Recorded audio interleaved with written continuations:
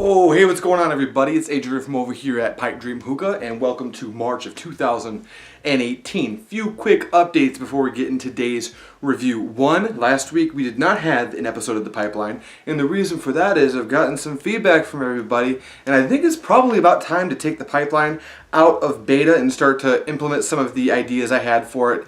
Once I start the first season of it, it's going to be a little bit longer probably. The editing is going to be a bit different, and I'm working on a background, but I really wanted to launch Season 1, Episode 1, so I'm going to be doing that next week. The reason it's not happening this weekend is actually because I'm going to North Carolina to meet up with some cool people in the hookah industry, I guess. Oh, and also I wanted to let anyone who maybe isn't already over there watching our videos at the AM Hookah podcast that I do with Matt Deason from over at the Matt Deason Hookah channel, where he does reviews just like me. Last week we had this awesome guest. His name's Derek Moses. He makes sweet hoses.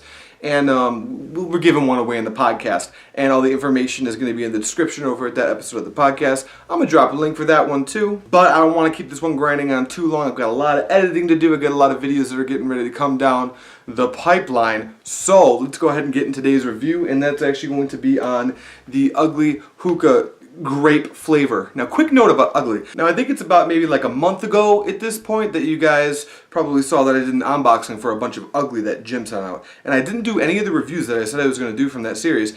And the reason for that is going to be that I was pretty unimpressed. I've had Ugly before, and it didn't stack up to what I was used to for Ugly hookah tobacco. The cut was super choppy. It really took too much heat in my opinion. It never got up to that sweet spot where it was producing these awesome clouds, and the flavor profiles were not nearly as accurate and rich as they were in previous batches of Ugly I had. So I talked to him, and Jim actually agreed with me. There were some other people in the community saying, yeah, this seems to be the case. So Jim went ahead and did a new batch and sent out some of his tobacco because he tends to agree with all of us, and we got this new batch, and I'm reviewing it because I think it's much better. Now, there's going to be no bowl packing tutorial or anything, or an overview on the cut or anything like that, because that's a different video. I really just wanted to get one of these Ugly reviews out for you guys before I go on my little vacation this weekend, because I won't be able to record or edit for about 4 days. So with that in mind, let's go ahead and start with the review on this Ugly Grape, starting as usual with the scent of the tobacco.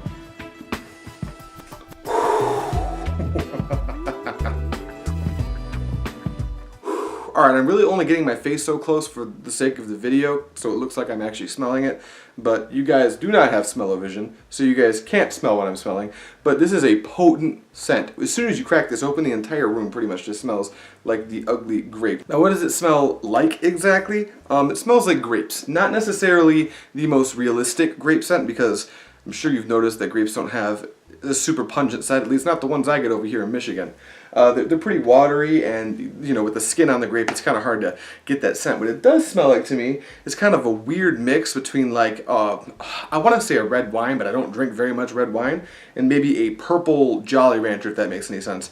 Now, it doesn't really smell candied, but I think that's where he's kind of pulling the flavor profile from, or should I say the scent profile from, because it's got to have some type of flavor and scent, because grapes, I don't think a natural grape flavor is going to translate too well into the smoke of a shisha tobacco, but we're going to find out when we get into the flavor part of this video. But first, let's check out the cloud content.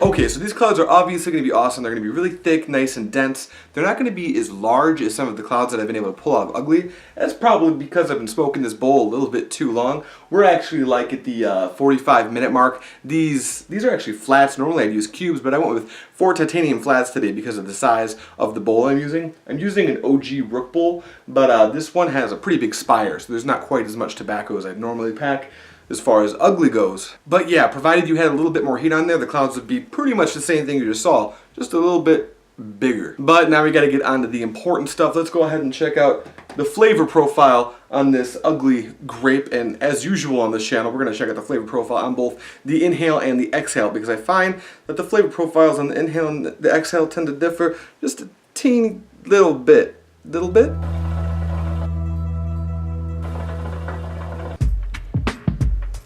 Okay, so if there's one thing I can say right off the bat is this flavor is probably not going to be for everybody because it is extremely robust. It's very pungent and it's kind of in your face. This isn't a light smoke by any means. What I'm really getting on the inhale does a very good job of representing what I get when I open the container up and smell it. It's going to be this really nice pungent grape flavor, and it's not going to be artificial, and it's not really going to be natural either. It's like a mix between this like Jolly Rancher grape Kool-Aid flavor and what I think a natural grape flavor would be if it was translated into shisha tobacco. It's actually kind of hard to explain, but if you've ever had a grape shisha tobacco and you're like, damn, this is good, this tastes a lot like grapes, that's what I'm getting from this. I've had some bad experiences with grape hookah tobacco. I'm not going to name names, but there's one brand who is known for putting out these batches of grape tobacco that doesn't taste very good. It tastes like ketchup, but that is not the case with this stuff. It's going to be a very potent grape flavor. Like I said, straddling the line between artificial and natural, if that makes any sense at all. But as soon as you smell it, you'll know exactly what I'm talking about. It's a rich, great flavor, and the flavor is like right there in your face. There's really no way to get confused about what the flavor that you're smoking is from the flavor of the tobacco. That said, let's go ahead and move on to the exhale, see if anything changes. Okay, so honestly, there's not a really big change in the flavor profile from the exhale to the inhale, or the inhale to the exhale, I guess is what it would be. You're really getting the same flavor. If there's any changes, the first one's going to be that the flavor potency comes down just a little bit, and that's pretty typical of most shisha tobaccos. And then the more natural part of the grape flavor is going to be a little more prominent. It tastes a little bit less sweet, but for the most part, you're going to get the same flavor. Really quick before I wrap this up, let's talk about a few other key things that go into this tobacco that aren't the flavor, the scent, or the cloud content.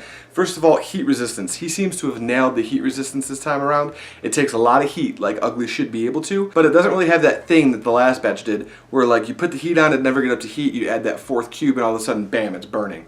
Also, we'll get into this in a later video, but the cut is very nice. It's leafy, but it's not choppy. It's a nice medium cut. Oh, and really quick for anyone who hasn't smoked Ugly, as far as longevity goes, in this bowl, 2 rounds of cubes. If I was using 3 titanium cubes is what I would typically use in a bowl. If I had the bowl I wanted to use clean, had to kind of get this video going in a hurry because I got things to do today. Mostly editing a bunch of videos that were supposed to come out like a week ago. But yeah, this stuff's gonna go for 2 rounds of coals no matter how you cut it. I'm using 4 flats. It's gonna take another 4 flats. And if I was using 3 cubes, it would take another 3 cubes. 2-hour session, no problem. Now I'm gonna go ahead and rate this stuff on the 7 scale for you guys so you have an idea of what I think of it as a total kind of full picture. So take into account the scent, the flavor, the cloud content, and all the other miscellaneous kind of topics of conversation I just brought up. I'm going to go ahead and give this a solid 5 out of 7. Now the only reason I'm not going to give it like a 6 out of 7, a little bit better of a score, is going to be because A, I'm actually not the biggest fan of grape flavors, I'm finding out.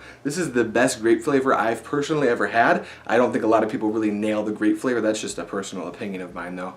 But I don't think I'm in a great flavor, so I haven't been enjoying this one as much. That said, it's tolerable. I can actually smoke this and enjoy the session, so take that for what it's worth. And I want to leave some leeway because I've got 5 other Ugly reviews coming out, and I really like some of the other flavors, so I wanted to save those 6 and 7 spots for those flavors. So you have some like point of contrast to look at when you're looking at these different reviews. And the reason it's not going to dip below a 5 is because it performs very, very well. You have to tinker with the heat a little bit. Ugly does take a very specific type of heat management. We'll go over that when I do a video that I'll be releasing going over how to pack Ugly and some of the other properties that go into the tobacco.